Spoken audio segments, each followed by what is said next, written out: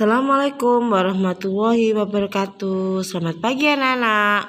Bagaimana kabarnya hari ini?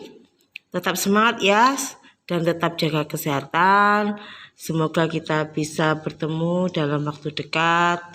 Nah anak-anak, kali ini kita ketemu dalam pembelajaran tema 3, subtema 3, pembelajaran 1 dan 2. Oleh karena itu, mari kita berdoa terlebih dahulu. Berdoa dimulai. Tujuan pembelajaran kita pada hari ini yaitu untuk bahasa Indonesia kita akan belajar mengenai iklan elektronik. Jadi nanti kalian bisa menjelaskan isi iklan dan mendemonstrasikan keunggulan produk atau jasa dari iklan tersebut. Dan untuk IPA, nantinya kita akan belajar tentang berbagai macam penyakit yang dapat mempengaruhi organ pencernaan manusia. Sehingga kalian dapat mengidentifikasi dan menjelaskan jenis-jenis penyakit yang mempengaruhi organ pencernaan manusia.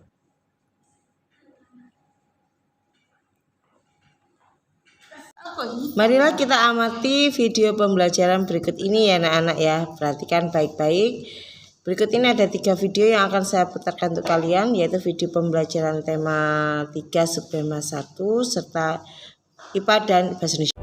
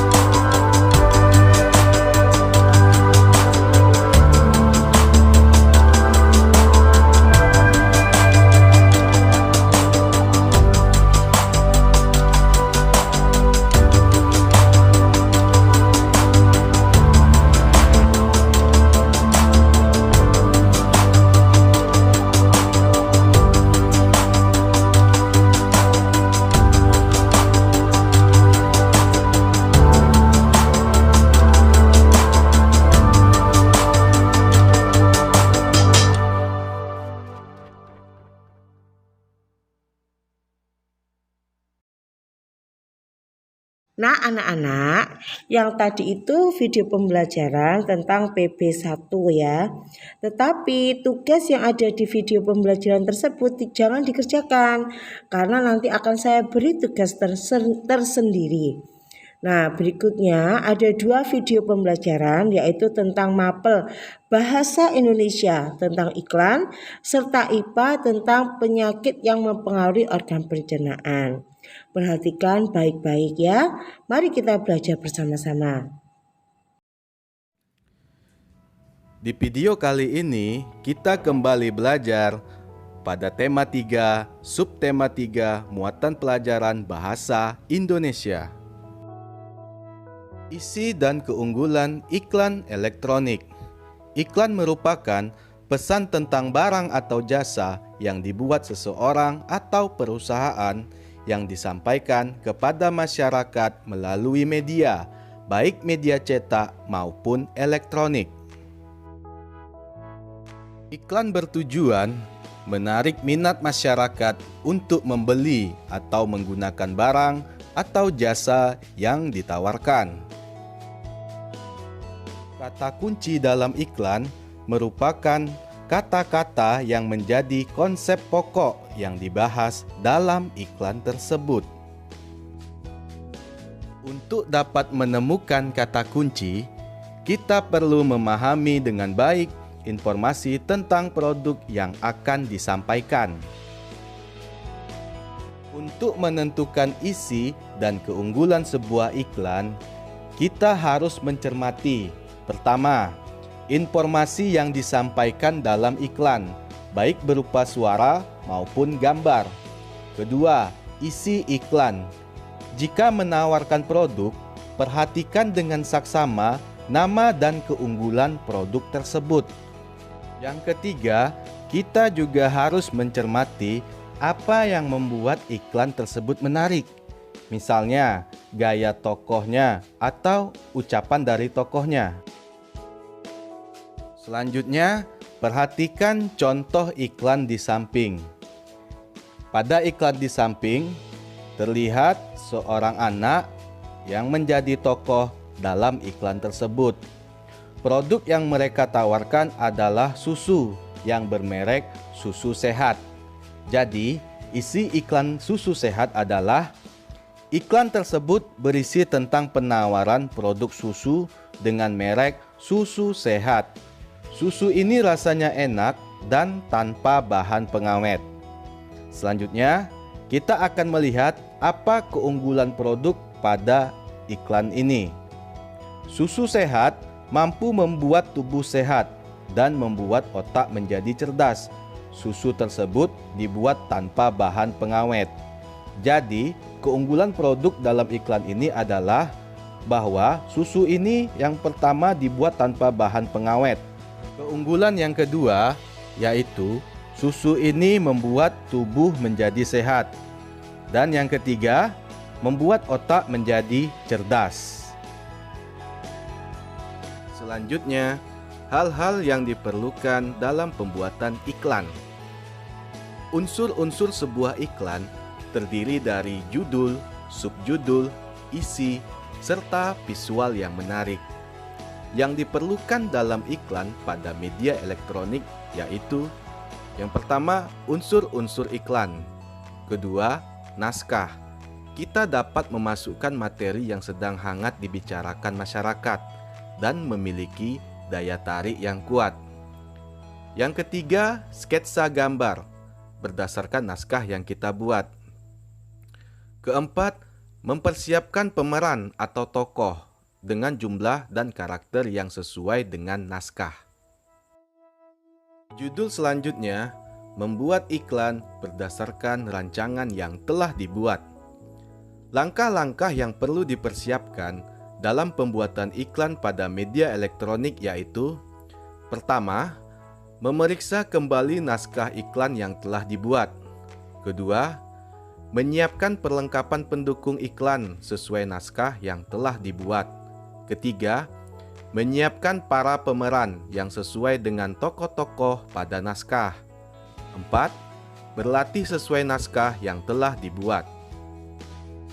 Berikut ini adalah contoh rancangan iklan. Tema: pentingnya keanekaragaman sebagai modal pembangunan bangsa. Judul: Pemuda Generasi Bangsa. Jumlah pemeran ada 6 orang. Karakter tokoh berasal dari berbagai suku bangsa dan karakter sifat yang berbeda-beda. Rancangan naskahnya, ada 6 orang pemuda berasal dari berbagai suku di Indonesia. Pemuda 1 berasal dari suku Papua, pemuda 2 berasal dari suku Jawa, pemuda 3 dari suku Minang, pemuda 4 dari suku Bali, pemuda 5 dari suku Minahasa, dan pemuda 6 dari suku Tionghoa. Setiap pemuda menyuarakan sebuah kalimat semboyan tentang persatuan dalam keragaman suku bangsa. Sebagai penutup, keenam pemuda menyerukan kalimat sebagai ikrar persatuan. Pembelajaran selanjutnya, memperagakan iklan yang telah dibuat. Hal-hal yang harus diperhatikan sebelum memasang dan menampilkan iklan yaitu: 1. Iklan yang dipasang harus tepat sasaran. 2. Memilih media yang paling cocok untuk iklan yang telah dibuat, misalnya media cetak atau media elektronik. Ketiga, memilih waktu pemasangan iklan yang tepat. Keempat, membuat perhitungan biaya yang teliti. Berikut ini adalah hal-hal yang perlu diperhatikan untuk dapat menampilkan iklan di depan kelas. Pertama, menampilkan dengan percaya diri. Kedua, menggunakan suara yang jelas. Ketiga, memastikan semua perlengkapan pendukung telah disiapkan. Keempat, menghafalkan dialog dan peran sesuai sketsa gambar dan naskah yang telah dibuat. Selanjutnya, perhatikan iklan berikut. Iklan ini adalah contoh memperagakan iklan layanan masyarakat. Semua tokoh dalam iklan ini akan mengatakan, "Kami bersatu sebagai bangsa Indonesia, generasi penerus cita-cita tanah air. Berbeda bukanlah perpecahan, rela berkorban demi bangsa dan negara." Selanjutnya, setelah memperhatikan iklan tersebut, menurutmu, apa kata kunci pada contoh iklan layanan masyarakat tersebut? Apa contoh keragaman pada iklan tersebut?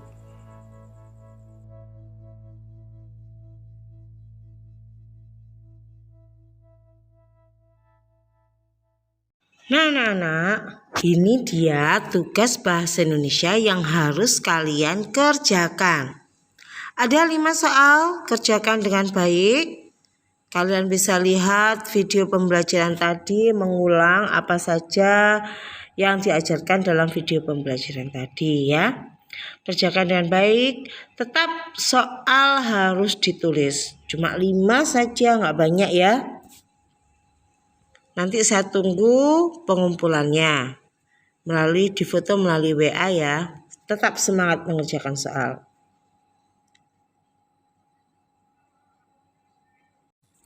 Berikutnya akan Ibu putarkan video pembelajaran tentang mata pelajaran IPA. Perhatikan baik-baik ya anak-anak.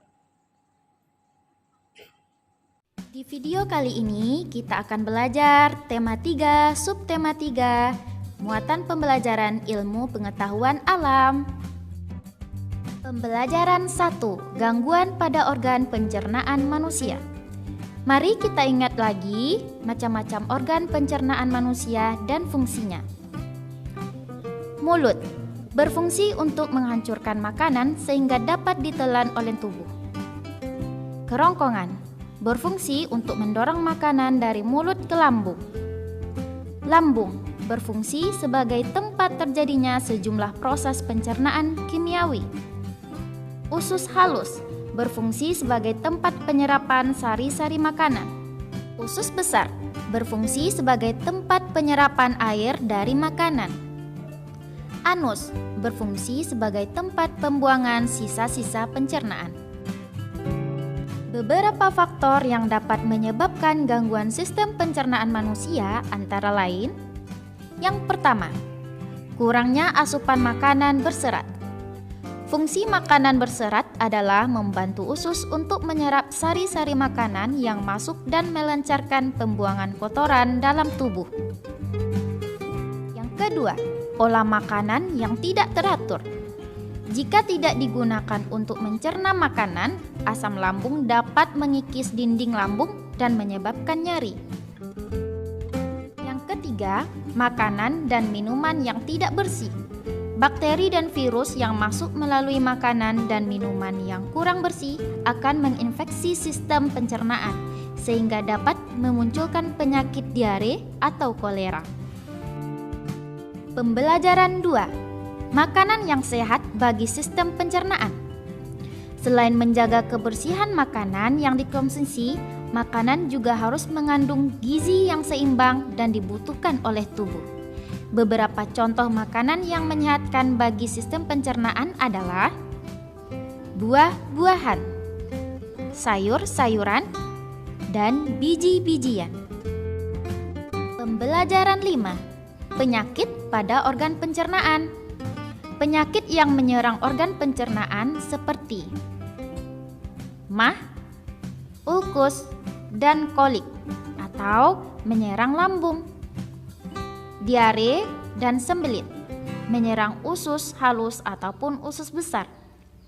Penyebab penyakit organ pencernaan yang pertama disebabkan oleh bakteri, yang kedua disebabkan oleh virus, dan yang ketiga kekurangan serat dan vitamin.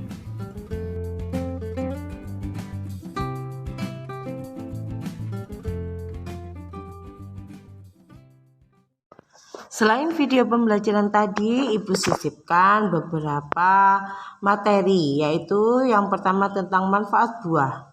Buah akan selalu menjadi pilihan yang baik untuk dikonsumsi setiap hari.